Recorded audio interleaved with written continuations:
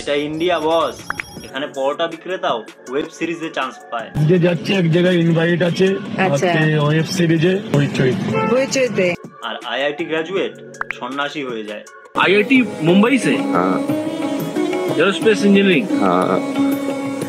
তাই বলছি জনগণ, সরকারি চাকরির বদলে চায়ের দোকান খুলুন, কারণ ইনকাম খারাপ হয় না, চাকরির থেকে বেশি টাকা পাওয়া যায়।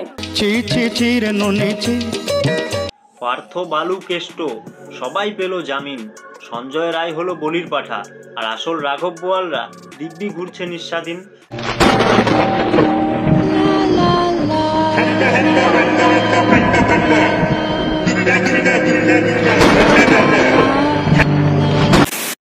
তো নমস্কার জনগণ, সবাইকে স্বাগত জানাচ্ছি রিক্যাপ রাজনীতির 9 নম্বর এপিসোডে।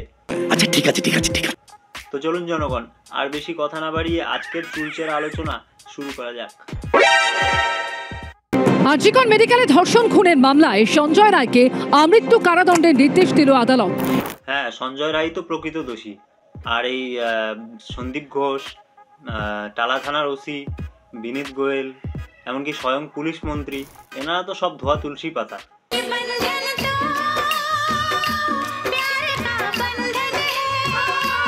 তাই তো ঘটনার 4 মাস পেরিয়ে গেলেও এনাদের বিরুদ্ধে সিবিআই কোনো প্রমাণ জোগাড় করতে পারেনি, কোনো চার্জশিট পেশ করেনি।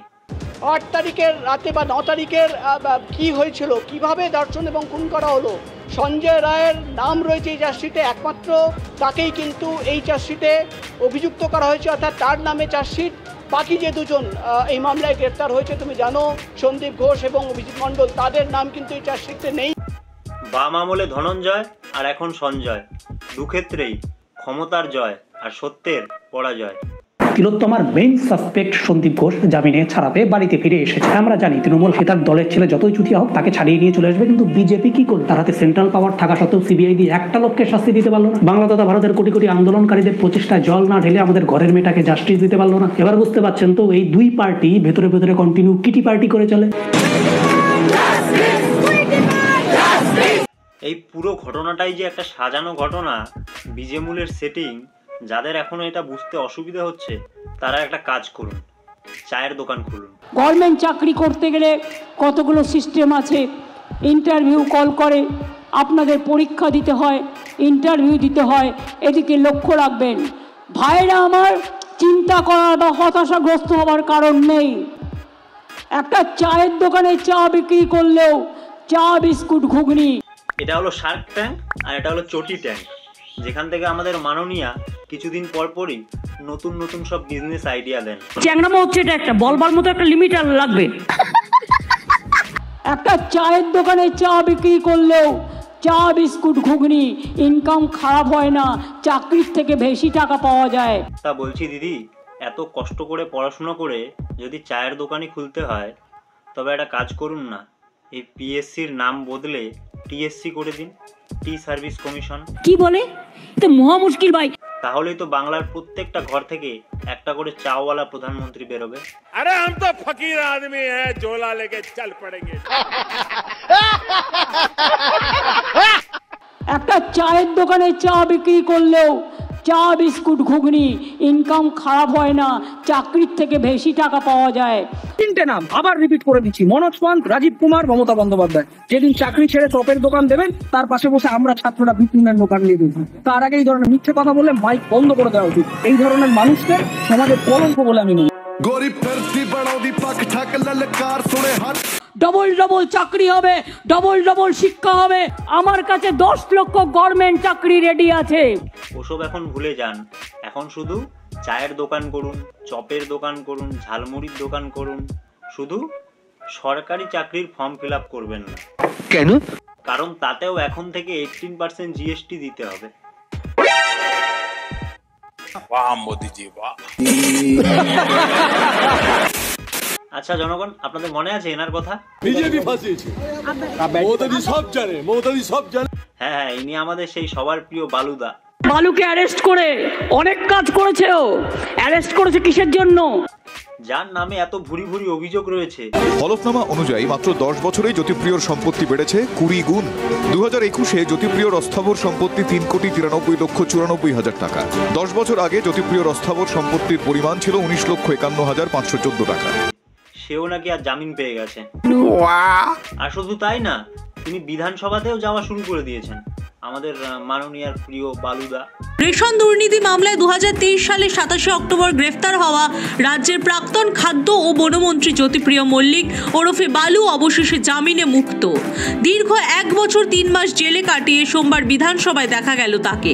এমনকি শিক্ষা দুর্নীতির মেন পান্ডা প্রাক্তন শিক্ষামন্ত্রী, যার বান্ধবীর খাটের নিচে এরকম টাকার পাহাড় পাওয়া গিয়েছিল, তিনিও ইডির মামলায় জামিন পেয়ে গেছেন।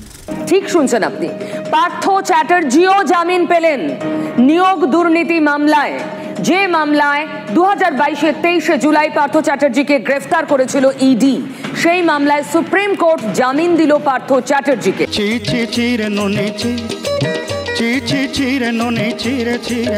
তাই বলছি জনগণ, এইসব ছোট মোটো ছিচকে চুরি পকেট মারি এসব করে লাভ নেই। ডাকাতরা ডাকাতি করলে দেখবেন তাদের ধরা যায় না। একটা চোর যদি পকেটমারি করে, পকেটমার নিজেই পকেটমার বলে চিৎকার করে, পরে লোকে তাকে ধরে ফেলে। যদি চুরি ডাকাতি স্ক্যাম করতেই হয় তবে একটু বড় মাপের করুন, তাহলে আপনি দু রকমের সুবিধা পাবেন। 1 নম্বর, হয়তো আপনি আমেরিকা বা লন্ডনে গিয়ে সেটেল হয়ে যাবেন, আর সেই কেস এই দেশে সারা জীবনভর চলতেই থাকবে। আর 2 নম্বর, আপনি কিছুদিন এসএসকেএম-এর বেডে শুয়ে থাকবেন, ব্যাস, তারপরে আপনার জেল মুক্তি। আর এখন আপনি যদি এসব চুরি ডাকাতি দুষ্টু কাজ এসব করতে না চান, সৎভাবে বাঁচতে চান, মানুষের সেবা করতে চান, তবে কিন্তু আপনাকে এই কাজটা করতে হবে। ভাই ভাবতে আমার একদম পেট ভরে না, বুঝলেন? ভাবতে আমার একদম পেট ভরে না, এই ঠিক আছে, ভাবতে আমার একদম পেট ভরে না, এই ঠিক আছে। বাংলার চটির অসাধারণ সাদা। আবার এদিকে এক তৃণমূলের মহান সৈনিক কি বলছেন দেখুন। সাহস থাকে, সৎ সাহস থাকে, বলে দিন যে আমি কুণাল ঘোষের সমালোচনা করব, ওনাকেও ডেকে আনা হোক, একা যাব, একা যাব, গোটা হলে আপনারা থাকবেন, একা যাব, আমি আমার লজিক বলবো। বলিস কি রে? মমতা বলেছে কি করছিলেন আপনি? আপনারা হাতে দেখাচ্ছেন রাজনীতি, ব্যাস তার পাংচার। লোকটার যদি মিনিমাম লাজ লজ্জা বলে কিছু থাকে, দূর হয়ে যাক বাংলা থেকে। এসব ভাড়াটে লোকজন কোথা থেকে আনেন?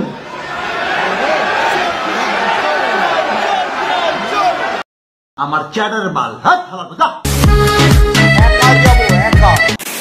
নেতাজি সুভাষচন্দ্র বোস নাকি রাজনীতিতে ব্যর্থ।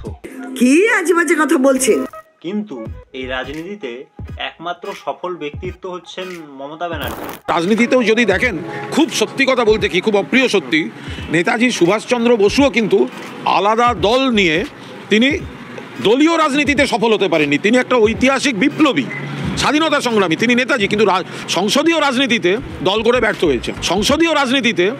ব্যর্থ হয়েছে। তোর ওই নর্দমার মতন মুখটা না ওই ম্যানহোলের ঢাকনা দিয়ে বন্ধ করা উচিত। বাংলার মাটিতে যদি আলাদা দল করে কেউ কোনো নেতা বা নেত্রী সফল হয়ে থাকেন, তো তাহলে সেটা একমাত্র মমতা বন্দ্যোপাধ্যায়। কোথায় নেতাজি আর কোথায় পেঁয়াজি? বাংলার মাটিতে যদি আলাদা দল করে কেউ কোনো নেতা বা নেত্রী সফল হয়ে থাকেন, তো তাহলে সেটা একমাত্র মমতা বন্দ্যোপাধ্যায়। হ্যাঁ, সত্যিই তো। নেতাজি ব্রিটিশদের বিরুদ্ধে লড়াই করে ভারতকে স্বাধীন বানিয়েছে, আর আমাদের মাননীয়া বাংলার জনগণের বিরুদ্ধে লড়াই করে তার প্রিয় তিনু নেতাদেরকে স্বাধীন বানিয়েছে। একের পর এক তার মুখ খুললেই যেভাবে দুর্গন্ধ বেরোচ্ছে।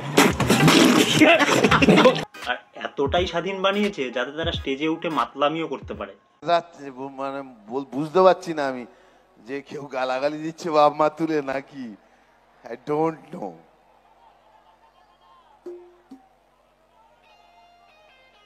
আমার তো এক লাথি তোর মুখে, যা, আমার তো এক পিছনে দুটো এমন মারবো না, যা। হ্যালো মদন দা, কল্যাণ দা, আরে আপনাদের যোগ্য শীর্ষ খুঁজে পেয়েছি। ও লাভলি, আমি মদন মিত্র। আচ্ছা জনগণ, আপনারা কি জানেন যে কলকাতার নাম এখন চেঞ্জ হয়ে গেছে?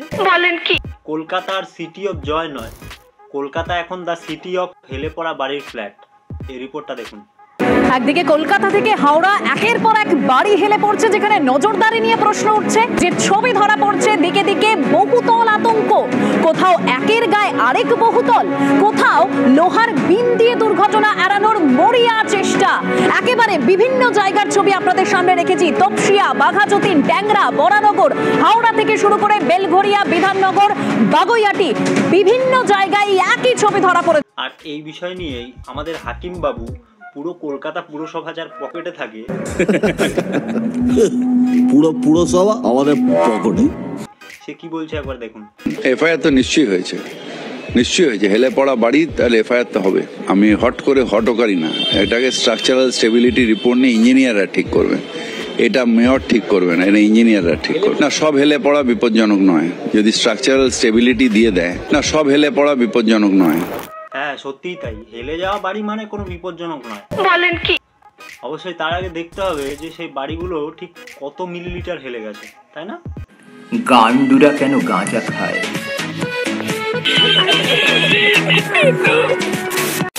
তো জনগণ, আজকের এই আয়োজন শেষ করার আগে আমাদের শিক্ষামন্ত্রীর কাছ থেকে চলুন একটি রবীন্দ্রসঙ্গীত শুনে নিই। হ্যাঁ, কে?